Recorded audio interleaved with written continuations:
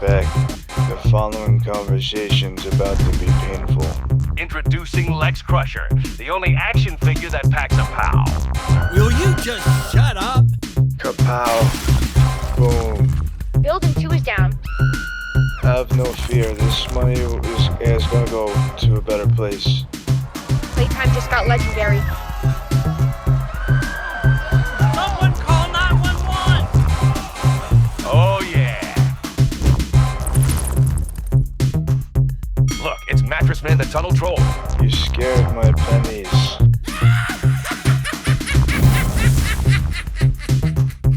Hey, ow. Oh, ouch. Ow. I got for jail. It's time for Max Mayhem. Grab your battle today.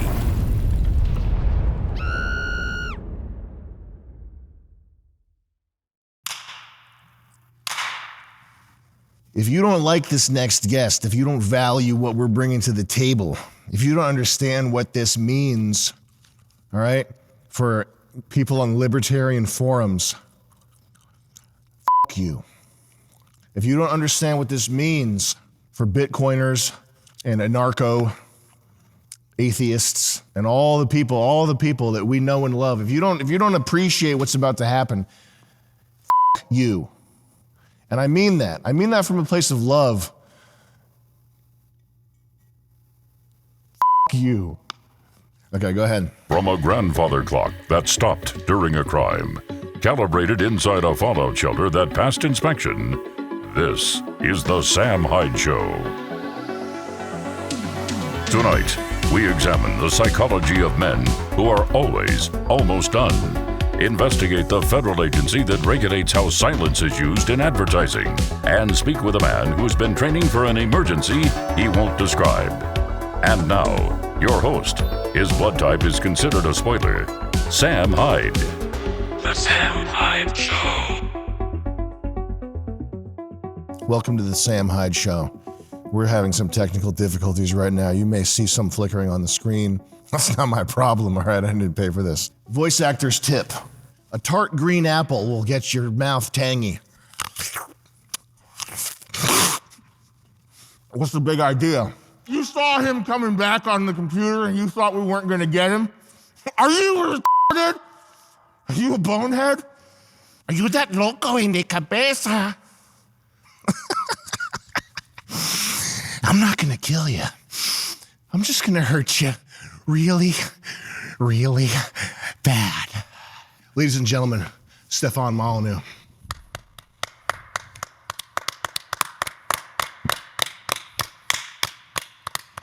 I'm back in the saddle again. I'm back in the saddle again. The two people clapping sounds more pathetic. Don't do it. Back in the saddle again. You don't understand, man. I've been waiting for this moment. Sorry, Stef. Please let me have peace. Please let me die in peace. That's a show wrecker right there. That is not how you want to start your show.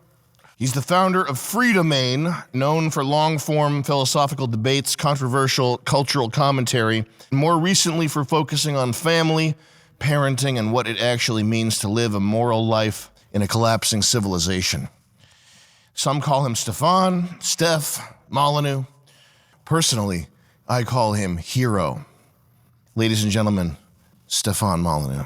Thank you for being here, Stef. Thank you for the invite and the very kind words. Thank you. This is a paid advertisement for chalk. You're gonna sit there and listen. It's 30 seconds long. This is a good company, so we're doing a serious ad.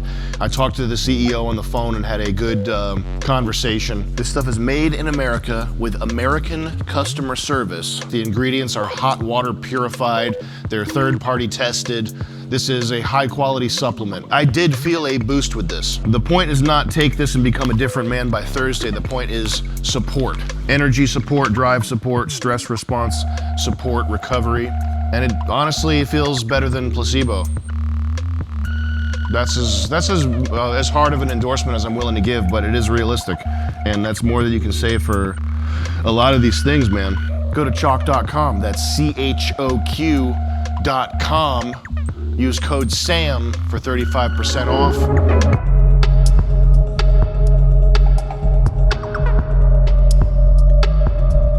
I feel like there's a good chance that our viewers, they're not necessarily familiar with your work. I think you've got a very interesting and important sort of overview on how these kind of complicated ideas fit together. Is it too much to ask for you to sort of lay it out for us? Yeah. That's kind of heavy to start off with, but I want people to get right into it here. I appreciate the boil down challenge. That's always exciting. So philosophically speaking, come out of the Aristotelian tradition. What's that mean? That objective reality exists independently of our consciousness. That reason is our tool to understand the world, to understand the nature of the universe. There are two general schools of thought in philosophy. One is that we start with kind of nothing and we get our knowledge from our senses, right? So I know that I'm here talking to you because I took a plane, I took a cab, and we're sitting in the chair opposite from each other talking, right? So that's how I know that this is occurring. How do I know it's not a dream? Well, we can sort of get into that. So we start with very little, and we build our knowledge based upon sense data. Because, we're actually in a skull prison. Like our brains don't contact the real world. Like our brains don't listen, our brains don't see. They just get a bunch of electrical impulses. In a matrix style, like we could be a brain in a tank, sort of as an old Cartesian argument. So the Aristotelian side of things, could be called the objectivist side of things, is that we start with very little, we build our knowledge up based upon what comes in through the evidence of the senses. Okay, and this is what you believe. This is what is true. And the alternative is? So the alternative view is sort of a mystical view. We start with kind of this perfect knowledge before we're born.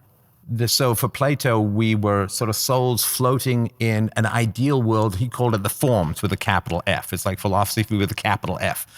And the forms, so we saw this perfect microphone, we saw this perfect chair, we saw this perfect table, we saw this perfect Sam Hyde, if he could be improved upon. We saw all these perfect things, and then we were born. And how do we know what things are? Because we have this memory of all this perfect stuff we saw before we were born, that we start with perfect knowledge, and then we have to kind of regain that. I know this sounds very abstract. There are really profound impacts on how we view the world. What would Catholicism be? So Catholicism and all religions says that there's a perfect world of ideal forms far beyond our consciousness and far beyond our senses. And that the reality of the universe, and guys, correct me if I'm wrong in my theology, I'm not exactly a theologian, but the ideal of the universe is the immaterial. God, the soul, the commandments, the morals, heaven, hell, things which we can't experience through the evidence of our senses. We can't touch, taste, smell. We can't interrogate them. We can't ask them directly. We can pray and see what we get back. But the essence of life is the immaterial.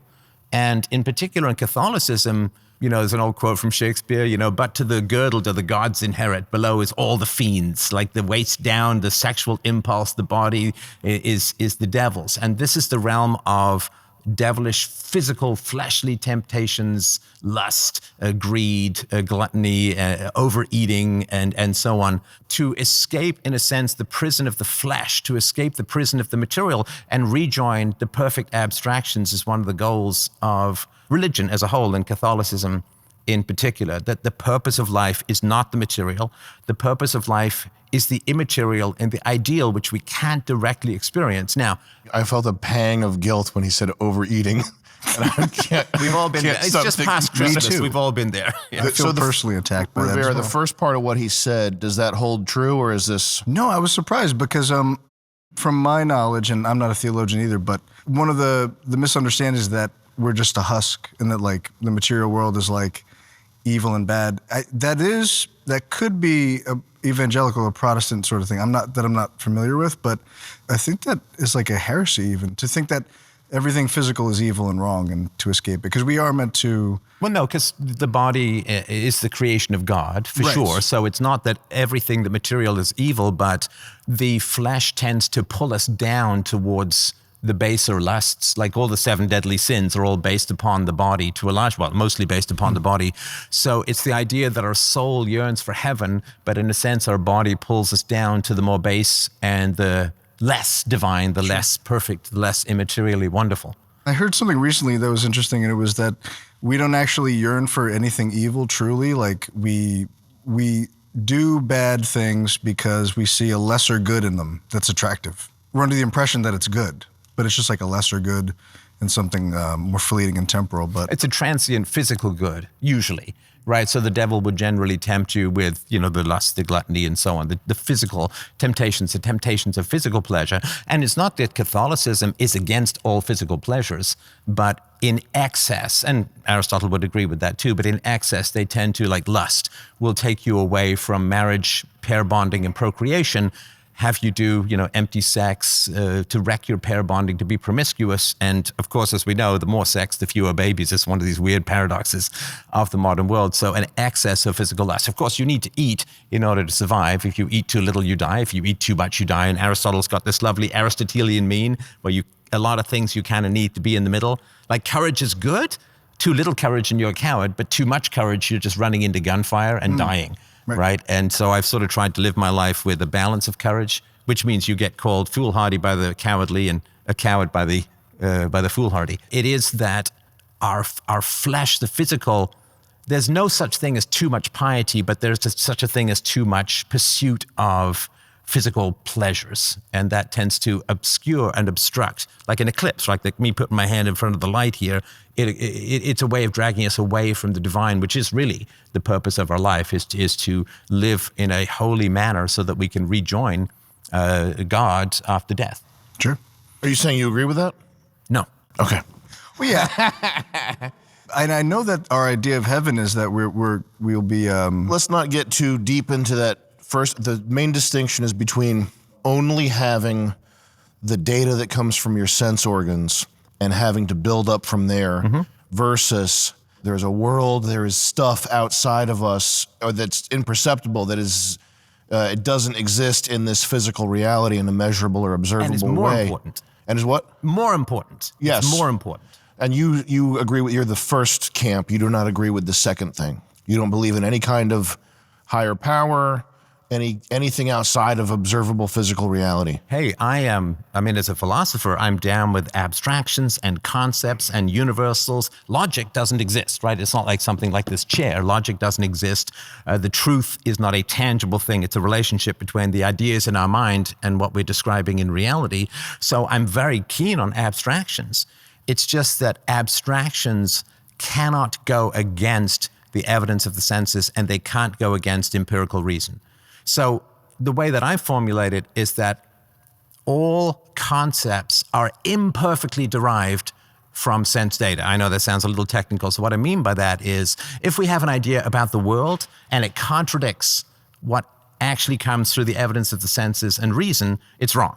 And that's basic science, right? So if you have a conjecture or a hypothesis in science, what happens in the world contradicts that, then your conjecture is just wrong.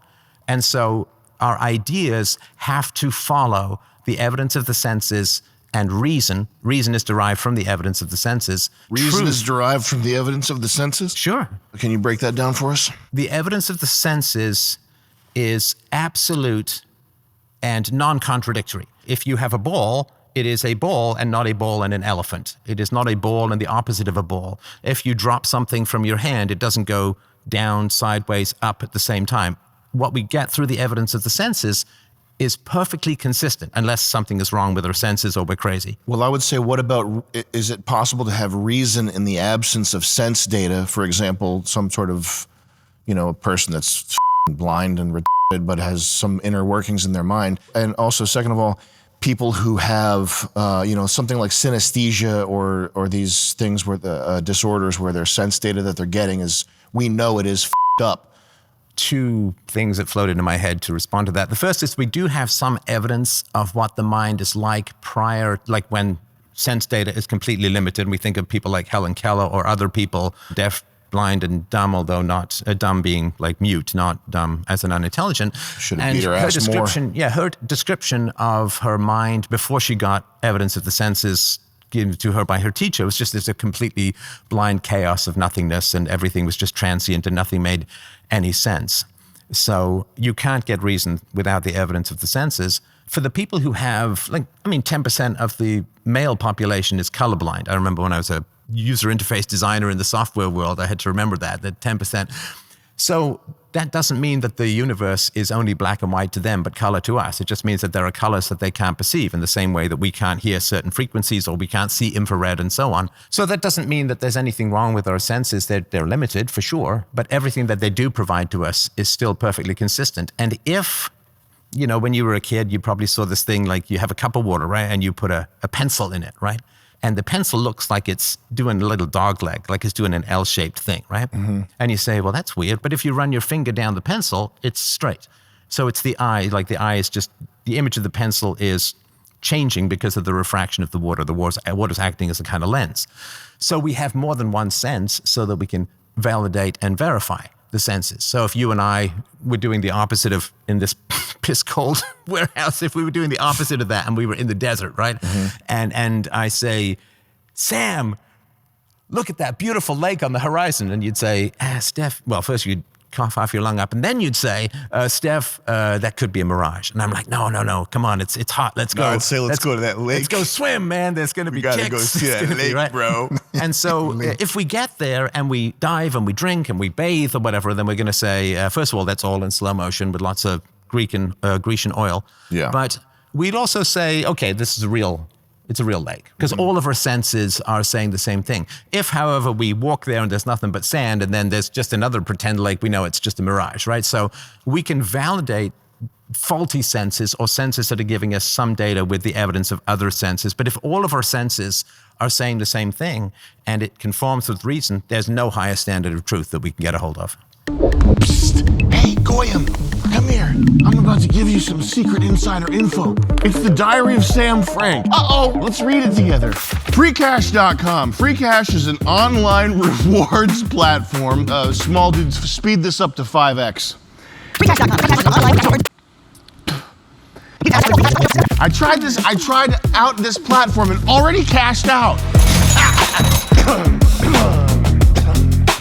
Even though I was skeptical at first, I am enjoying Freecash.com. It's really easy and really fun. Guys, you sign up for Free Cash and you're gonna be getting paid to play games. There's a variety of offers, games, surveys, and apps you can take. It's easy to use and you get fast payouts. Bombaclat! This website is awesome. Anybody who uses this should be Extremely excited. Because they are going to be rich. Is he earning more than me? Oh, man, Ryan's earning more than me? Now it's a contest, so you can earn more.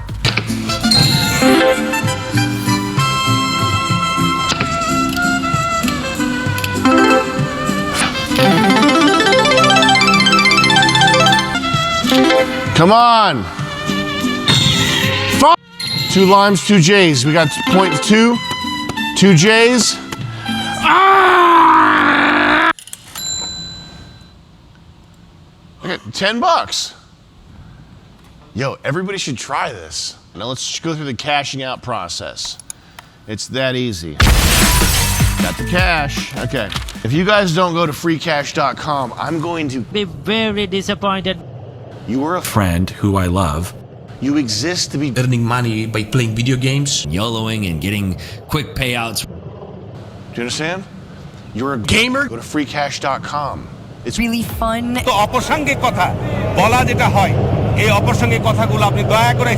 you tired of being broke, Goyim? Freecash.com.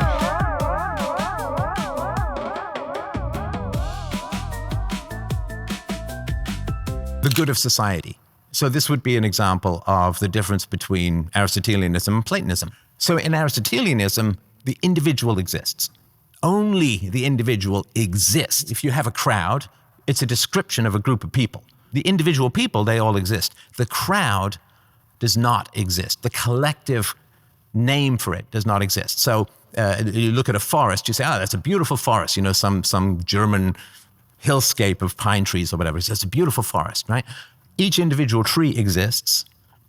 The forest is a concept. The concept exists in our mind as a descriptor of a group of trees, but it doesn't exist. And the reason why this is important, Sam, is that when they say the social good that you have to sacrifice yourself for, there's no such thing as the social good. There's the good of individuals, but there's no such thing as the social good. Collectives are used to crush you because you're told, well, there's a larger good, a greater good, a social good, a country good. You have to sacrifice yourself for the nation or the tribe.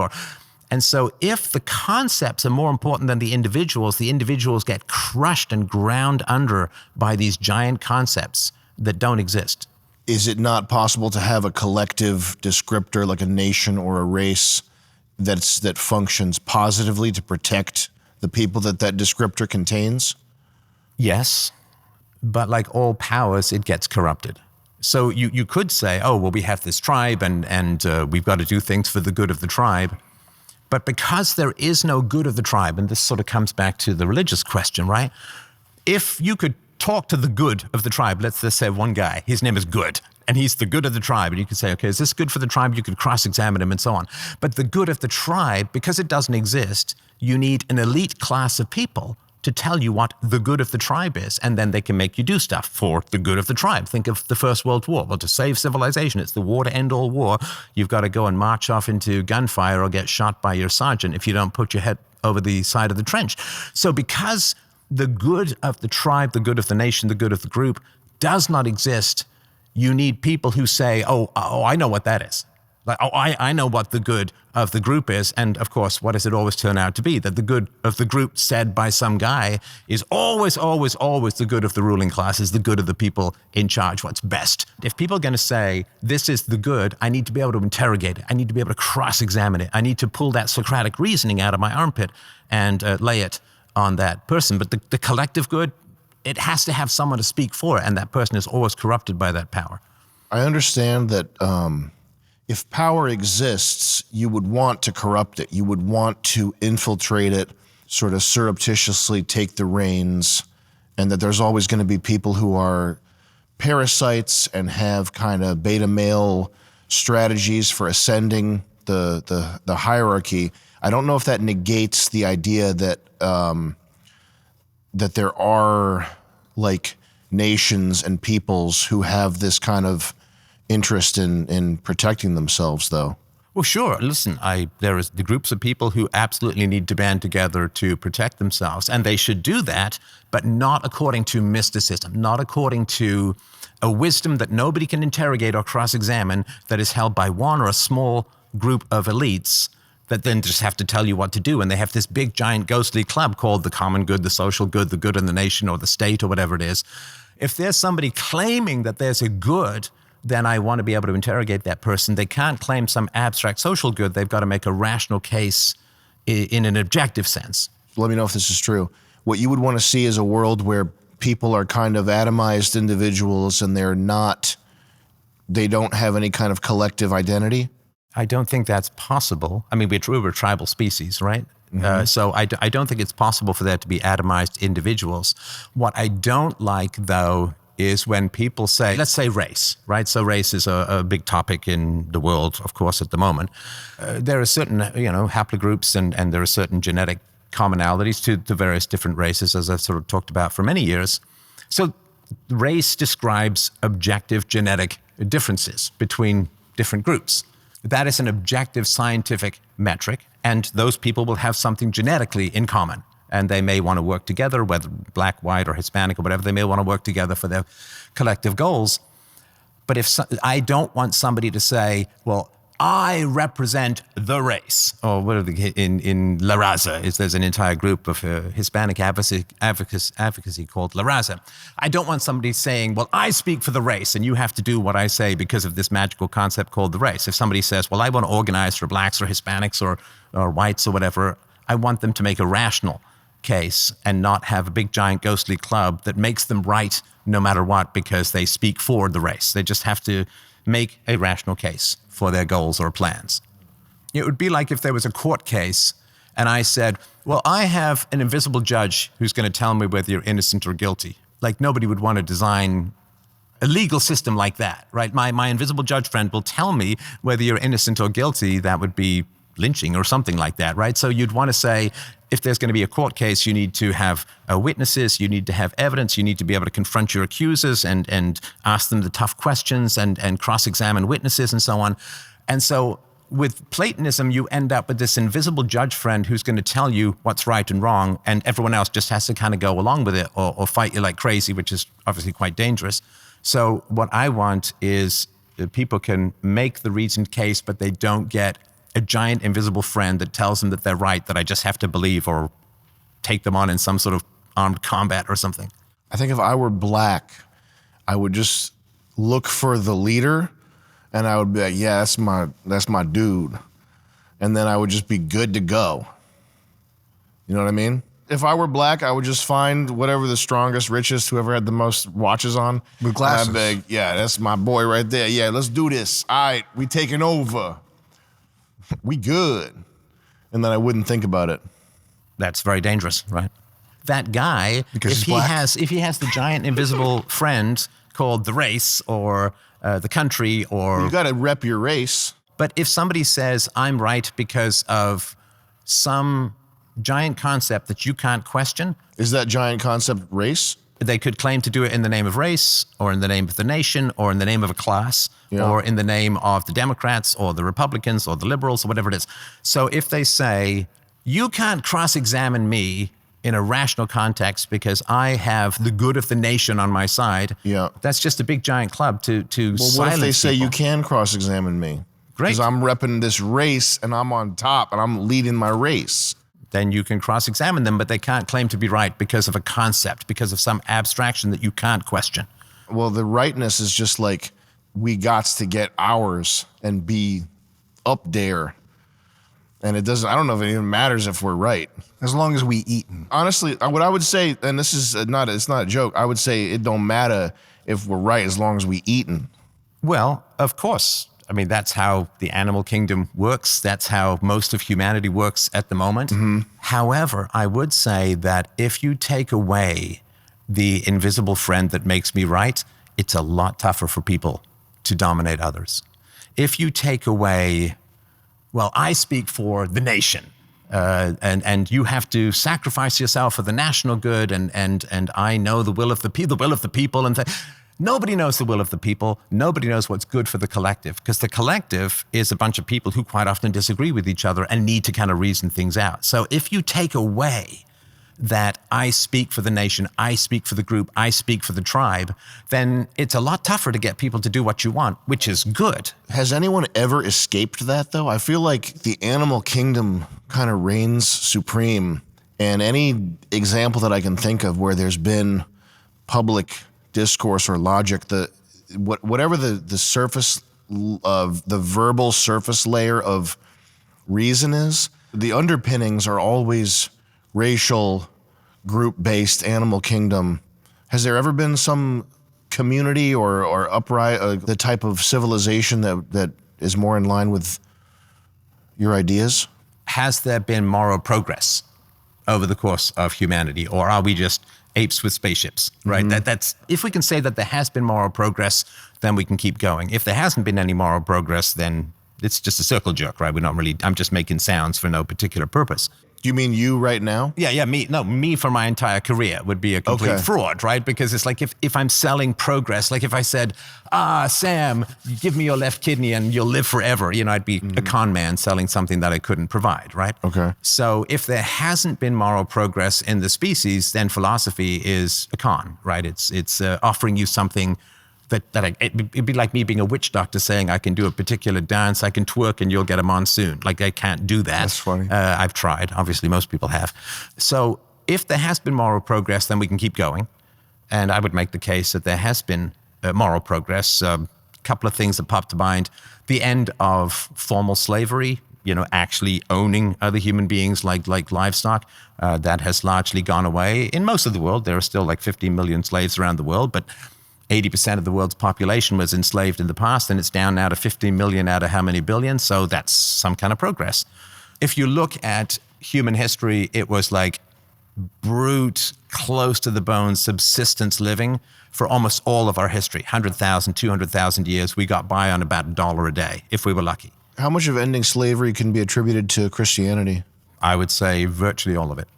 Okay. Yeah, I mean, it was the Quakers and the Catholics as well, and some Protestants who really made it a worldwide crusade to bring people into the dignity of free will in the image of God. And Christianity, plus the technology that came out of the scientific revolution, because there was a lot of force involved in the ending of slavery. I mean, they literally had to go and take slaves from the ships and free it. And there was a huge amount of debt. A lot of people Slavery's pretty crazy. It's insane. I haven't thought about that probably since high school, but like keeping somebody in chains, that's crazy. The fact is that I think it was 2010 that the British public finally stopped paying for slavery. Via what? They bought the slaves from a lot of slavers, and they took on a huge amount of debt, the British government, to end slavery in the 19th century. Oh, they've been paying that debt? They've been paying that down. I think they finally finished around 2010. They bought them to end slavery? Uh-huh. Wow. They bought them out. Well. And so that massive sacrifice, which went on for 150 plus years for the British taxpayers, is why when people blame whites for slavery, it's the now they're absolute reversal of the truth. Making London fun to live in. Yes, it's progress. And what's the interest on that, by the way? Oh, let's not go into those who are charging all the interest. But anyway, so I think that the end of slavery is a big progress. If you look again at the sort of economic brutality of most of human history, half of people dying before the age of 5, and the endless plagues and famines and wars, and like human lifespan was just brutal. Starting with the agricultural revolution, late 18th century, to the capitalist revolution, 19th century, human well-being and wealth has taken off. And that's, to me, significant progress because we've had a widening of property rights and more free markets. You were going to say, I feel that inhalation. Well, I don't know if that's how attributable that is to philosophy, the like technology, assembly lines, agricultural, the stuff that's kind of propelled the standard of living for people I don't know if that's attributable to philosophy. Oh, I would make the case that it is. And I've got a whole History of Philosophers series for people on my show, which is to say that the expansion of self-ownership, which ended slavery, was also the expansion of self-ownership in terms of property rights. We own ourselves and we own the effects of our actions, right? So I own myself, and if I make some bad argument, I own that argument. If I build a bridge, I own the bridge because it's the effect of my actions. So the same impulse that drove Christianity to end slavery, which was you can't own yourself and be owned by another, also helped to extend property rights so that it was the end not just of slavery, which we know more obvious in America and in the Middle East in particular, but serfdom was a big problem in both Russia and many places in Europe, where you had some private property, but you were bought and sold with the land like livestock. The rationalization and privatization of land in the agricultural revolution was the beginning of the rollout of property rights across the West, which was really the foundation for the Industrial Revolution. That all came philosophically that all human beings should be equal in the eyes of God. All human beings should share the same rights. There aren't masters and rulers in the same way that you would have slave owners and slaves or lords and serfs. And so that equalization had very strong roots in the Enlightenment and spread through Christianity and through the state to property rights and the end of slavery, which was the foundation, I think, of the Industrial Revolution.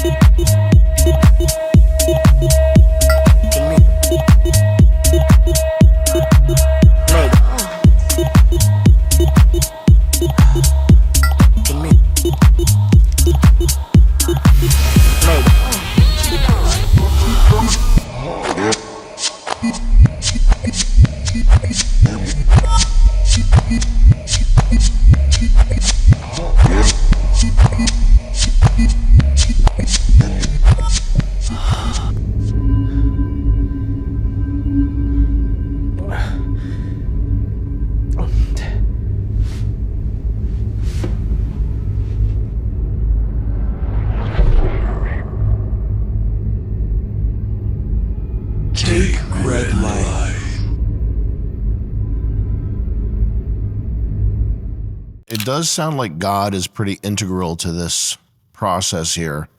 How do you kind of reconcile that with your own religious views or lack of religious views, or however you would characterize that? Godlessness. How do you reconcile things? Well, because if God were to give somebody a vision that says 2 and 2 make 4, that would not be wrong, right? They still need to prove it. And so if God says to people, thou shalt not steal means everybody has property rights, well, philosophically, there's a very strong argument, of course, that everybody does have property rights. So if correct philosophical conclusions come out of religion, that's a plus. I mean, it's the old argument for me, at least. It was like if you have an illness and there's a doctor who writes down the wrong medicine, but it turns out to be the right medicine for your illness, hey, you're happy you're cured, right? So that's kind of, in your view, what has happened. Philosophically, human beings have the same properties and the same characteristics. That's how we know that they're human beings and not, apes or pigs. And philosophically speaking, that's the case for self-ownership and property rights. If a religious person, if a Christian says that all human beings are equal in the eyes of God, that's, for me, a poetic and quite beautiful way of saying what is philosophically true. And if Christians really work to achieve that in the world, which has been an amazing and beautiful progress in humanity, the fact that they've done a lot more good than most atheists have done means that they have an energy and emotional driving passion behind the equality that they believe all human beings have in the eyes of God. Because God being eternal, omniscient, all good, all humanity is like flat relative to the glory of God. So there's an equality there because you're so far from the perfection of God. Like in an infinite length, being taller or shorter doesn't matter. It's infinitely small. So if what to me is a poetic way of understanding the world and of humanity through religion gets to very important and core philosophical truths, I think that's a beautiful thing. In the same way that there's a lot of people who are, I think the guy who ran the Human Genome Project is a very staunch Christian. And he says, as many scientists have said, and particularly the growth of the scientific revolution, they said we are discovering the laws of God. God did not create a universe incomprehensible to man. God did not design man to have a rational faculty and to live in a rational universe and then be opposed to the exercise of reason. And so the studying of God's laws as a tribute to God has produced some amazing scientists. And the pursuit of Christian morals that happen to accord with rational morals has produced a beautiful world. But you don't agree with the impetus for all that they've done. You don't believe in it. Believe... It's funny, that's an interesting way to put it. And of course, that is how most people put it. There's no fault in that. So I just start with a blank slate. So with philosophy, you've got to just, everything you got to throw out. But what if you can intuit things and know that they're true without starting from a blank slate? Then you have to prove that they're true. You can't just know things are true. You have to prove that they're true? You have to prove that they're true. Why? Because otherwise it's just an instinct. It could be a prejudice. It could be demonic. It could be anything. I don't want to know that it's true badly enough to attempt to prove it. Well, then I would say you don't trust your beliefs because your beliefs should be provable. If they're not provable, they just remain blind prejudices. Yeah, I would call it a blind prejudice. Is that accurate according to Catholicism? No, they wouldn't say it's prejudice. They would say it's faith, right? It's magic. I think... Well, no, that we think that God is reasonable and God is reason, so he could be reached with reason. And so if it's logical and reasonable, it's for a reason. Like the whole, God created a universe that could be studied and logical and comprehensible. Yeah, it would not be a sin for a scientific Christian to study the laws of nature. Oh, yeah, no. Because the laws of nature would have sprung from the mind of God. Catholicism especially, they're very ordered and detailed about even canonizing saints, like there's a process, to all that stuff. You start from a blank slate and you've arrived somewhere where there is no God. Well, no, you start with there is nothing but what is and can be proved. And the is the evidence of the senses, the things that we understand in the real world through the evidence of our senses, the things that are. Maybe help me. Why do I bristle at that? Why do you bristle at that? Not in an anti-Stefan Molyneux way. Because you're a Platonist. Because you start with abstracts and ideals as assumptions. And this is not a criticism, that's just a description of faith. And again, correct me if I go astray, but you start, and it's a beautiful thing. I mean, Thank you. Philosophically, it's a challenge, but it's a beautiful thing in many ways. But you start with the assumption of an ideal and of a universal and of an abstract. Okay. And then you derive from there, right? I mean, God exists is even more primary than existence exists. Right. Because He God is preceded existence, right? Yeah. Like you can have a watch and you have a watchmaker. The watch is inferior to the watchmaker because the watchmaker can exist without the watch, but the watch can't exist without the watchmaker. So God is more vivid and real and true than, evidence of the senses, if I understand the belief system correctly, right? So you start with the abstractions and the ideals and the perfection, and then you derive everything from that. Whereas I start with nothing other than the evidence of the senses and the reason that comes from that. I don't know if I start with the ideals because I was an atheist up until my 20. I was a retard. I don't even think I thought about it after up until maybe 28. But I think that what I would start with is I would look at everything I know about the physical world, systems, math, just the varying layers and spheres of complexity that are all interlinked in this absurdly tight, it defies comprehension that anything works or that anything exists. I would look at that, imagine that this sprung from nothingness or just exists somehow without some type of design. Is not retarded, but super retarded. Right. Yeah. And I would say, listen, I would It's also retarded with a cape. It's retarded with a cape. And I would also think about Richard Dawkins and evolution. And the challenges to evolution would classically were, Mr. Dawkins proved to me how a wing evolved. There's no possible way a wing could evolve. Or an eyeball. There's no way that an eye could evolve. I've heard the arguments that Richard Dawkins has made for the evolution of an eye and a wing, which it's very smart. And an eye would be light sensing tissue that has a calcified ridge that starts to grow around it, and that gives you angle, like where's the light coming from, and that forms eventually into something like a Nautilus eye, where you've got a pinhole camera that actually gives you good detail. And then a wing would be like a flap of skin or something that slows your descent as you fall out of a tree, and that over time that develops into an appendage that enables you to fly. I don't think that that's like fantasy or something, but I don't think that negates the existence of God. I think that for something like that to even be possible is like flabbergasting. I feel like there's this cavalier sort of, like when people can understand the mechanism, there's this cavalier like, oh, I know how it works. It's got a thing in it. Of course, it was like that the whole time. These guys that have like 130 IQ, they don't acknowledge what comes after that, which is like, this thing is f***ing crazy. Do you realize that? Like the thing that you accurately described it. Like I get that you understand how it works. I know that you get quantum physics and you can have a computer that flips qubits. Like I get that you did that. You've mastered some degree of nature here. You're not acknowledging that this is f***ing crazy. The awe is missing. Literally, the awe is missing. Yeah. It's an absurdity that these things are possible. Like Neil deGrasse Tyson, he'll be like, they do acknowledge it a little bit in a like Rick and Morty. We're physicists. Of course we do magic. Like that's how they'll acknowledge it, but I don't believe that they really understand what they're tampering with. There's no reverence there, but can I say one thing? Because I was thinking too, like if you start with the blank slate, who made the slate? That is good though. The material world, yeah. Like if you start with the material world, aren't there presuppositions in it existing in the first place? The issue is existing to begin with, right? Right. The awe is the time frame.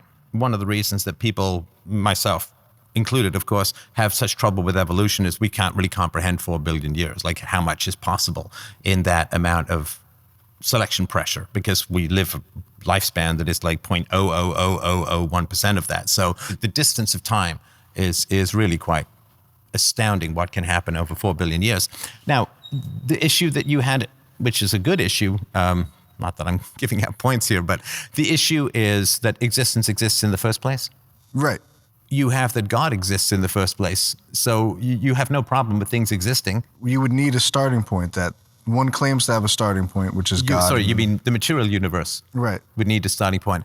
I mean, that's still heavily under debate. I mean, it was called the Big Bang kind of in a derogatory way. Matter can neither be created nor destroyed, only converted to energy and back. So far, matter appears to be eternal and just has always been, and maybe it's had different forms. So saying that the problem is that existence exists, to me, adding God to that is just adding another one of those problems, which is that God exists and has always existed. And I'd rather just say reality has always existed rather than putting in another one, which is causeless, which is God. I don't think that. There's no way we're going to get to the end of that one. That one seems to be. But what about, it seems weird that humankind has a proclivity to search for God and have love, which both seem not like benefits to existing or evolving. So if I love you, which I do, of course, and you die, I don't know why I'm making this us, but if we're married, let's not do this. Come on, If man. I'm married, I'm sorry. Now I've we been get waiting a pink long wrench thrown time. into the mix. You can make an atheist argument for love. Love. So pair bonding is needed for the raising of children and the transmission of culture. If my wife dies and I mourn her the rest of my life versus just going back at it, reproducing. So it doesn't seem like reproduction is the end. It seems like it's interrupted by this weird defect of love. But it's just strong pair bonding like that is like, what is it, K-type versus R-type reproductive strategies? We have so much knowledge we need to transfer to children, and they take forever to grow up. Brain maturity for males is like 25. It's a quarter century.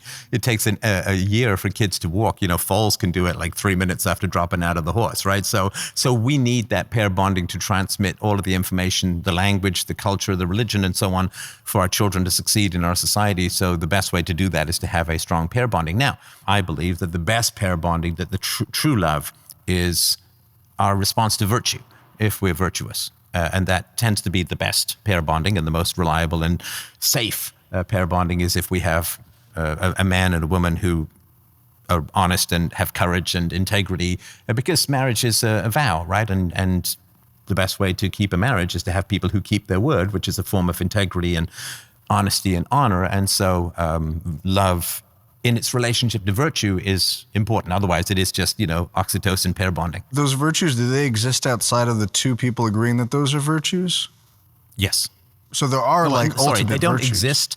Abstractions don't exist like tangibly. They but exist they because are two valid. people agreed. Right. So if I pointed a bunch of penguins and say that's a nice forest, clearly I may need to have my eyesight adjusted or something like that, because that's incorrect. What if the penguins are wearing leaves and branches? So then the ayahuasca is kicked in, and I think we're beyond philosophy at that point. So, but no, I mean, I can be objectively wrong. So love, certainly you can measure it in terms of, biochemical responses and happiness, and you can measure the, release of oxytocin or dopamine within the system and so on. So you can certainly measure it, but abstractions don't exist outside the mind. That doesn't mean they're subjective. Like I see what you're saying. If you've got two coconuts on a table, you've got two coconuts. They're real, and you can count them. The number 1 and 2 exists in your mind. It doesn't mean it's subjective, because it's still one. You can't say there's 5 coconuts when there's only 2, or you can, but you'd be wrong. Can we get back to the blank slate thing? You said that it's possible that matter is infinite. I'm not saying whether that's right or wrong, or whether you believe That's that what or not. science is saying so far. But it's just like to say like the matter is infinite. That's eternal. That eternal. That's nuts. Why?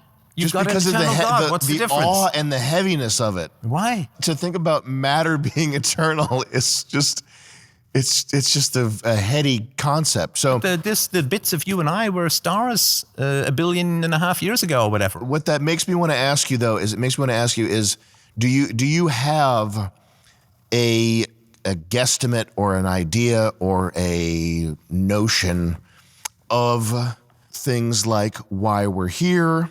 How it started. You don't believe there's any. You've arrived at the fact that you don't believe there's anything outside of observable physical reality. Well, anything that is outside of physical reality would be defined as not existing.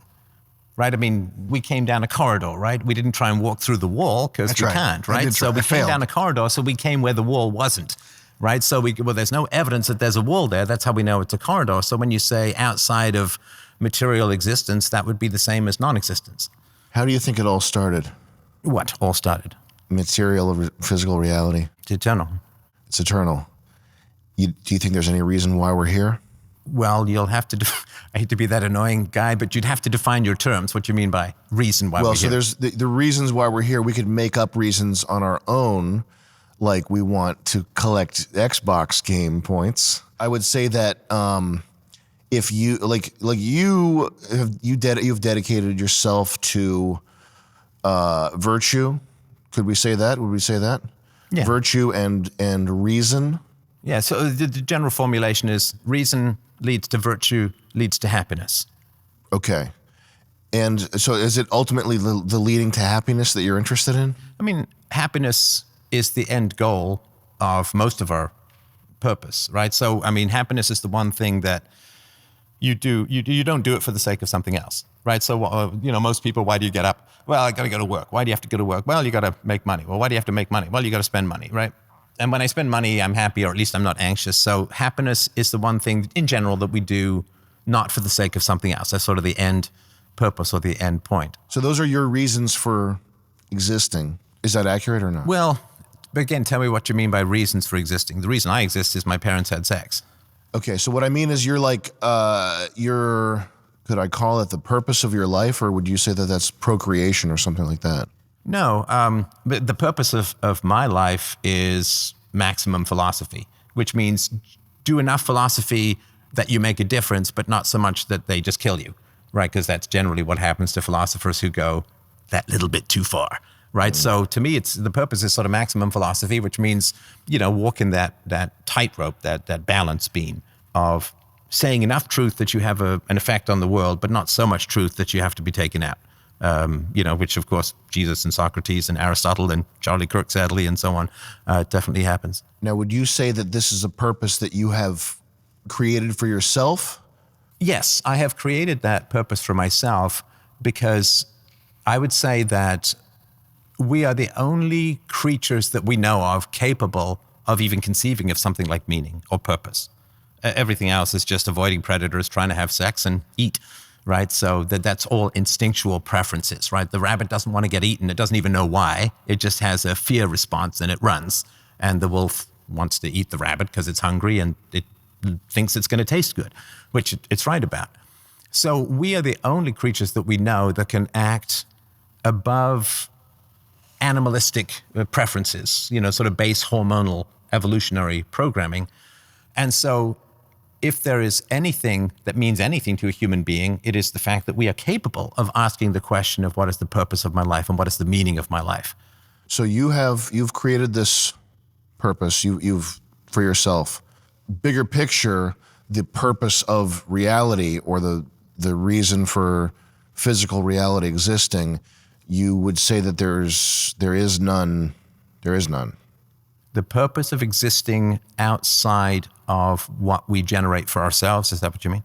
Sorry, I just want to make sure I'm clear about what you're asking. Just not even considering ourselves or human individuals, just existence. The reason that this stuff is here, there is no reason. There is no external reason that is like puppet stringing us. That we do have the challenge of figuring out what the purpose of our life is. And I think that the goal of philosophy is to give you a rational and moral purpose so that it's not hedonism, or so you're not lying to yourself. Not you particularly, but people as a whole. Yeah, I wouldn't say puppet stringing, but I would just, I don't know what I'm getting at here, Rivera. You got anything? Well, like not a puppet string, but like, the Sesame Street style where they have like a rod. Yeah. And it does like this. That's cool. That's all I got. The purpose of the blank slates, how do we know what is true? So the first thing that we do when we're little kids is we have, things like object constancy. Like you roll a ball under a couch and the baby originally just thinks it's completely disappeared. After a while, it's like goes and looks under the couch and, dogs with object balls would do the same thing. Yeah. So we start with we don't know anything, and then we build up our knowledge based on the evidence of the senses. And then we end up, and this is where the God part comes into me, and I think in a very powerful way, at least for me, is that we absolutely do partake of universal, eternal, I would argue, almost divine consciousness, because we have concepts, and concepts are true forever. 2 + 2 = 4 has been true forever. Gases expand when heated is true forever, right? And you can't ever have a square circle.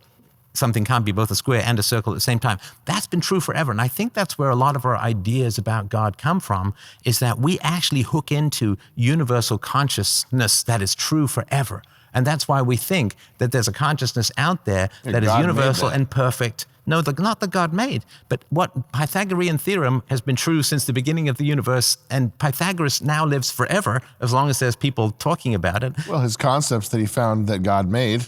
Well, but what I'm saying is that one of the reasons why we think that there's a fragment of consciousness that's out there that's perfect and eternal is we actually get to participate that alone of all of the animals. We get to participate in that eternal consciousness through the incredible power of concepts.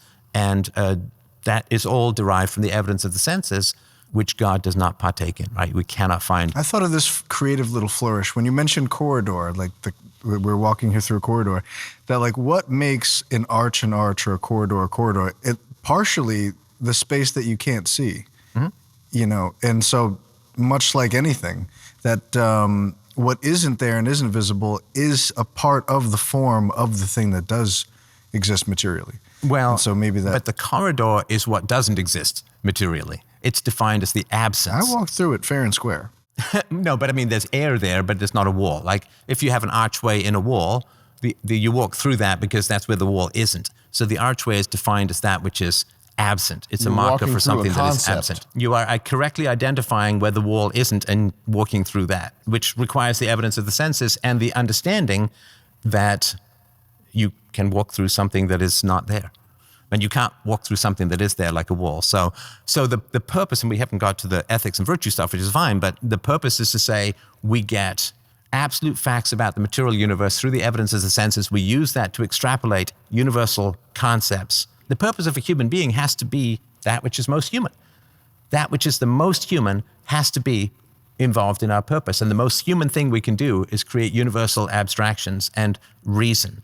That is the one thing that we can do that no other creature can do. And the purpose of a thing has to be what only it can do. The purpose of a guy running in a running race is to run the race the fastest. And the guy's going to win who can do it best. And we, of all the animals, of all the creatures, can take sense data and create universal abstractions, concepts, hypotheses, reasons, arguments, debates. Only we can do that. And so if there's a purpose to humanity, it has to be that which is the most essential aspect of humanity, which is our ability to conceive. Sorry. But what if the purpose of the man running the race isn't to win? What if he wants to prove to his nagging brother that he can get off his butt and do something? Then it's still an abstract purpose. Yeah. It's still not to win, but to show something to his brother, right? Forget your bad dreams. You only need one dream. And that is the American dream. This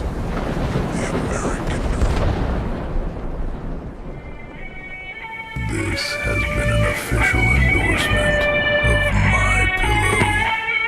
God bless the USA.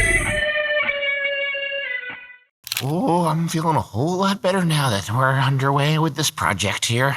You guys are sort of the young hot shots. I'm just an old timer here to give you advice, Valentine. Don't end up like me, kid. It's not worth it. You gotta take care of yourself. Make the right decisions. Don't fuck up. What about me? You're good to go. Nice. All right. You guys go ahead. All right. Hi, nice to meet you. Nice to meet you. So I'm Amber, and I wanted to ask, my boyfriend and I both have ADHD. So when neither of us is having symptoms, great. When one of us is having symptoms, the other one can kind of be supportive. But if we're both like in it, how do you like support one another and like kind of get to a place of like functioning again where you're at least like not, you know, the house isn't a mess? And what sort of symptoms do you have at the sort of height of the ADHD? So with him, like, he's like a chameleon where like he'll have something in his hand and he's like, how did I get this in my hand? And then can't find things and like stuff like that. With me, I also, on top of the ADHD, it's like complex PTSD. So it's either going to be like kind of the anxious side, usually, of ADHD where I get a little manic, where I'm just like, yeah, we can totally like buy a 3D printer and start a 3D printing business with no experience and no marketing. Or like, just very like easily triggered. So like if he leaves stuff around and I feel like I'm picking up a mess and it like, brings back stuff about an ex, it's like, okay. Were your childhoods chaotic? Yeah. What is that where the PTSD comes from? Partly from that. I've had one very abusive relationship and then just a few toxic ones that, yeah. Was the first abusive relationship with your parents? Not physically. How so?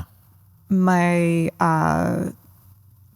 mom is a recovering addict, so heroin, alcohol. Oh, I'm so sorry.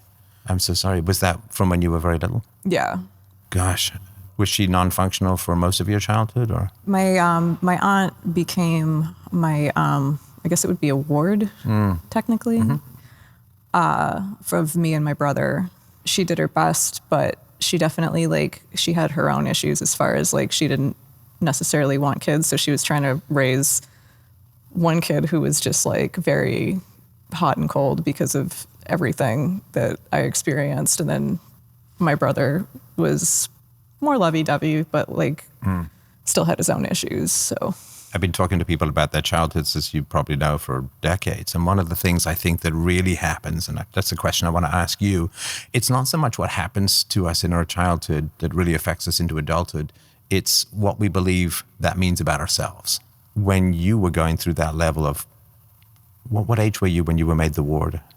11. 11. So that is a long time because, the sort of childhood formation years is sort of 0 to 5. So, and then you had twice that, right? Plus, what do you think it meant about you, or what did you believe about yourself in the midst of this chaos and neglect and all of that?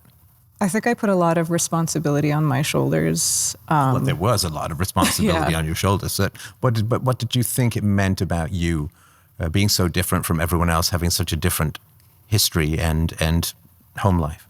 I don't think I really was aware of how different it was. I think the first time I hung out with somebody whose parents were still together, I was kind of surprised. And actually, I should correct these come in pairs. I never knew that. Right? Yeah. My mom was functioning on and off. So she'd have periods of sobriety and then she wouldn't. And when she wasn't sober, sometimes we'd be at my grandmother's house. But then it was a lot. Do you think it's possible that you perhaps experienced that if your mother loved you more, she wouldn't choose the drugs? That was a frequent thing, yeah. Right. So that meant that you were less lovable than her self-destructive drugs to her, which is pretty rough on the self-esteem, isn't it? Yeah. She's choosing self-destruction over you, which means you're lower in the hierarchy than self-destruction, which is a brutal thing to experience. I've never thought of it that way, and that just really resonated with me. Yeah, tell me what are you feeling? Just, I've always thought of it as just drugs, broad spectrum, or the disease of addiction or whatever. But I haven't really thought about it as self-destructiveness of being below something so utterly toxic to. It's okay, no wonder I feel like I'm a dumpster fire. Yeah, there's the sewers, which are bad, and then there's me even below that. And I say this, with sympathy, because my mother chose delusions over me.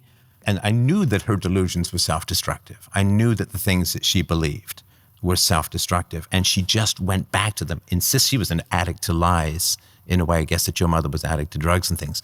And so when your mother chooses self-destructive lies, or in this case, self-destructive drugs over you, it means, from my experience, was why wouldn't you just choose me? Like, I'm a fun kid, I'm a good kid, I'm an enjoyable person to spend time with. Why would you go back to that deadly well over and over again, abandoning me when I'm like fresh water, so to speak, right? And that's so confusing for kids as to why adults are setting themselves on fire rather than hugging their children. And I think that has a real impact on just our entire sense of how we feel about ourselves and whether we're worth anything to anyone. Because if the person who gave us birth is choosing self-destruction over us, how is it possible to have a good relationship with ourselves as children, if that makes sense? Yeah. Was it ever explained to you why she would do this? I think she had something happen to her when she was a kid. I'm not really sure. Basically, I guess she, like as a teenager, she started partying and she like just on and off never stopped. Like, and again, she tries, like she still tries. She's had a pretty good stint of sobriety of late, which is like good to see. But it definitely, like, it was, I think, harder when she was younger. Maybe it's getting easier and more mellow with age. I don't know. In general, people are not addicts because they want to feel good. They're addicts because they don't want to feel like hell. So the general way that it works is people like, let's say you have a happiness level of 100. No, like average people, you know, you're up and down a bit, but you kind of center around 100. The problem is that addicts have a happiness of minus 50. Like they're just miserable and wretched. And then what they do is they take drugs because they're, what have I got to lose? I feel miserable and wretched, right? And for the first time in their life, they're like, oh my God, I'm not in pain. Oh, this is close to what normal people feel like. But then they crash and they're now no longer at minus 50, they're at like minus 70. So then they take the drug and they get to plus 60. That's the cycle that happens. And usually it comes from absolutely appalling early trauma. My mother's addiction to delusions came because she was a war baby, Second World War, Germany. I mean, I'm sure she was raped half into oblivion as a child, and sexual abuse is a lot of the foundation for why people do drugs. So maybe that's what was happening with your mother, but it is self-medication for horrendous amounts of early trauma. And it is to your credit that you have some ADHD, you have some PTSD, as you say, but that you're not a drug addict, that you're not an alcoholic, that you're not, a gambling addict or a sex addict or something like that. To your massive and absolute and amazing credit. That's a wonderful survival. And the reason I'm sort of asking all of this, I think that ADHD comes out of a certain inability to feel centered and at peace with yourself. And that's why I was sort of asking about the childhood, because we distract ourselves. You ever go to the dentist and they have the TV up there and you get really fascinated by like daytime soap operas because you're waiting for that, this, please don't have a problem with my gums or something like that, right? Yeah. So we tend to want to distract ourselves when we're discontented, not necessarily when we're unhappy, because sadness can be a rich and fine experience and all of that. But when we're jangled and discontented and negative about ourselves, we tend to want to distract ourselves. And I think that ADHD sometimes has a sort of essential component to do with we're dancing on Lego bits or thorns or something like that. And that's why I think the childhood stuff is really important. And you said you had these, I think you said 2 toxic relationships in the past, which I think would have to do with the feeling that you were such a negative that your mother continued to choose drugs. That her, if you had been more lovable or if you'd been more positive for your mother, that she would have turned away from that devil and towards you. Because when you have parents who are really dysfunctional, you become this crazy wooing person. You try to woo them, don't you? You try to woo them back. Come, Mom, have fun. Come on, let's play a game. Come on, Mom, let's do something fun. Let's go for a walk. And you're constantly in this state of trying to woo someone back from a cliff edge or back from something really self-destructive.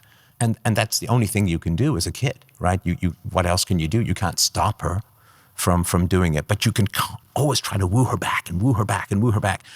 That gives you a sense of will and control, but the problem is it comes at a great personal cost of self-esteem, because you're saying, I can do something to stop Mom from doing the drugs. I can do something to stop my mother from going mad. It gives you a sense of control, which is illusory, but it comes at great cost because then you fail.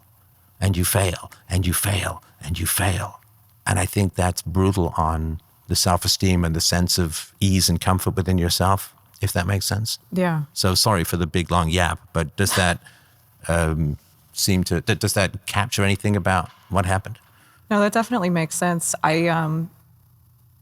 When she was around, like, she was very present. That's the weird thing about it. But when, like, when she would relapse, it was like, all right, going to grandma's house or whatever, But that would mean something to you, though, the relapse. Because if in a sense you are partly responsible for keeping her sober when she relapses, that's a rejection of you, isn't it? What do you think that felt like, if that's a reasonable way to approach it? Probably, like, if that's like the echo of what I felt in the one really abusive relationship, probably just this sense of like utter, like, why can't you just love me? Right. What's the answer? Why can't you just love me? What's the answer that you have in your head as to why you can't be loved?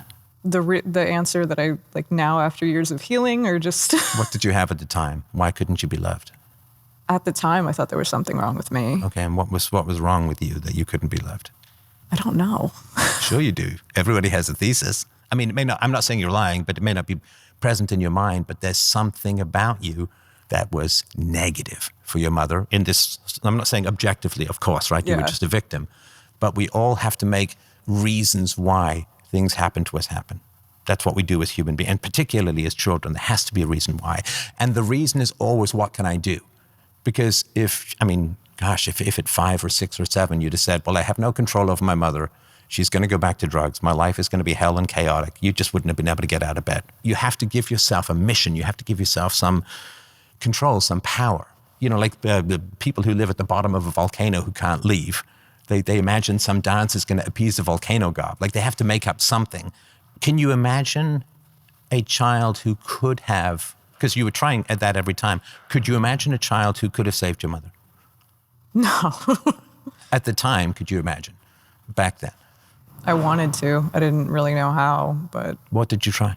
It's where, like, the OCD came in. It was one of those, like, she would go out and use drugs, and I had this one very irrational, like, whatever the last outfit was that I wore with her, I wouldn't let anybody, like, wash that outfit because I thought it would be, like the beacon that would bring her back kind of thing. So that's where, like, the OCD stuff comes in, because that's so utterly irrational. But, like, as a child, it was, like, this, like, whimsical thing that could bring her back.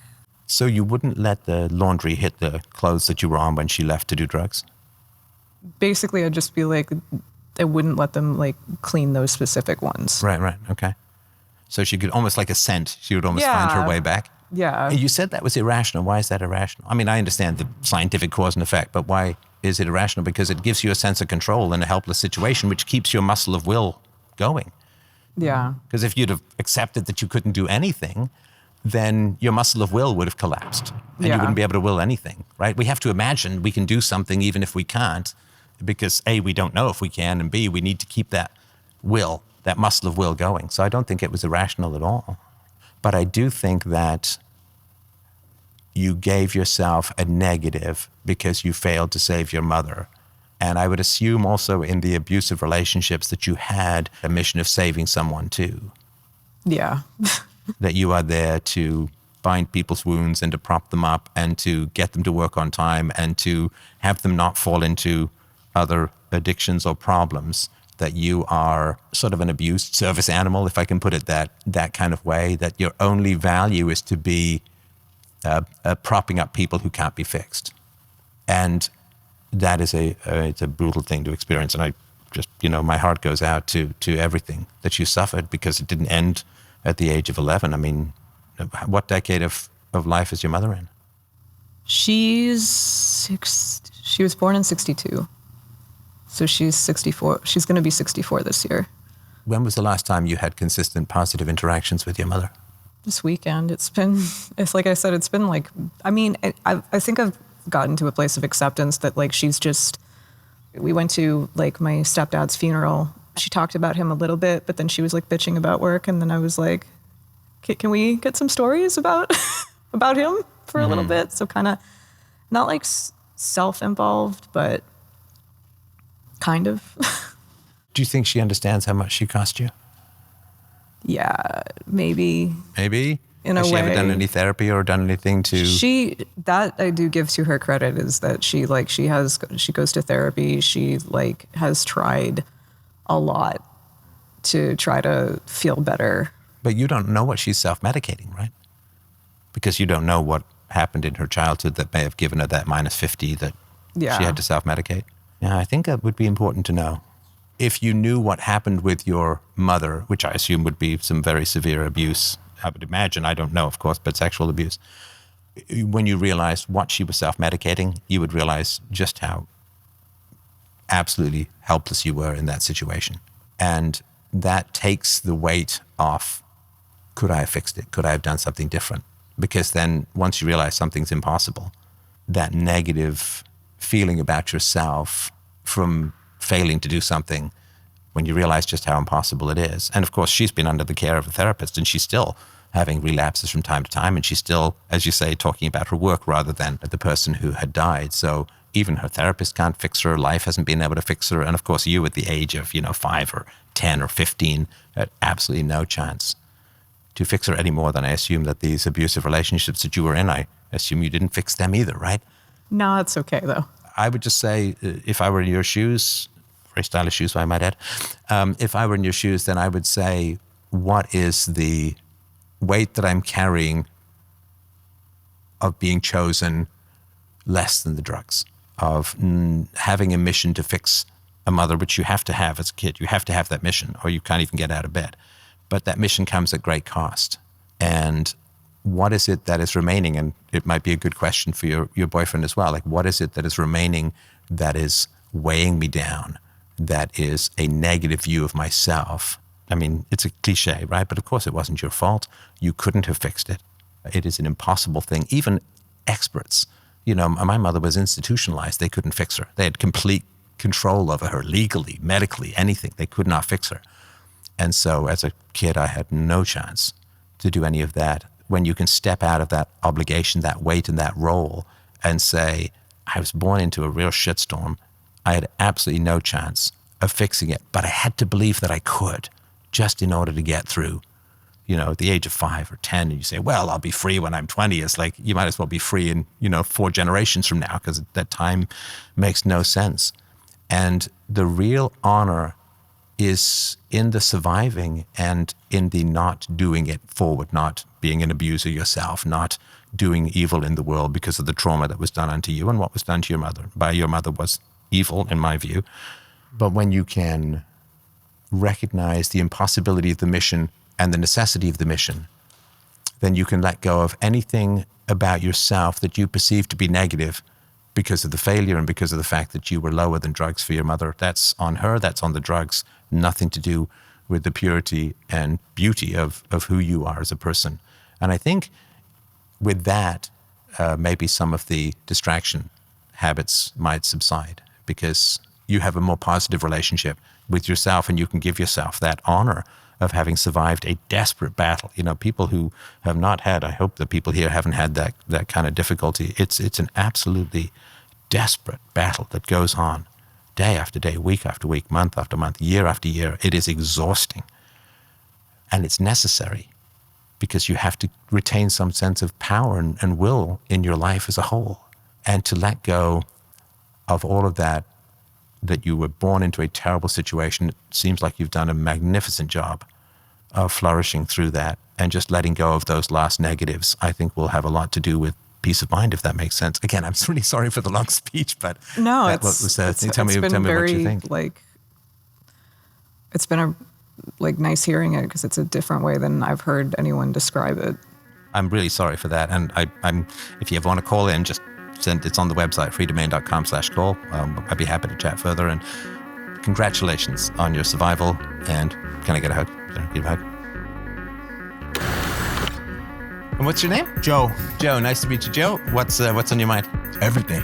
Men have their challenges these days, and it is important to not fall into self-pity and to still remember this is absolutely the best time in history to be alive. We never would have met each other prior to the internet. I never would have had a voice prior to the internet. I would have taken all of these thoughts to the fucking grave with me, or maybe I'd have a whole bunch of notebooks in an attic somewhere that nobody would ever care about. I mean, honestly, I would say I'm a very unique person. I'm very nice. I'm very bubbly. But when it comes to defending No, not nice and bubbly. That's champagne. It's not unique. champagne. Unique. It's called I have a very outstanding personality. And I'm not that's how disagreeing I with you. see myself. No, Your my opinion question is irrelevant. Do you think for Your yourself? opinion is irrelevant, so you need to stop talking. That's fine. Okay, go ahead. The advice was coming from him, but quite frankly, he asked me the question, so why are you answering? Because that's what I was here for. I know you're here for it, but the thing is that you're being very negative about it when I'm calling myself unique and bubbly, and I didn't get to finish my sentence and you cut me off. That's very ignorant. Okay. Well, I'm just trying to be efficient here because I was know told you're we being didn't have any efficient, time. but you're being officially rude, and I don't tolerate it.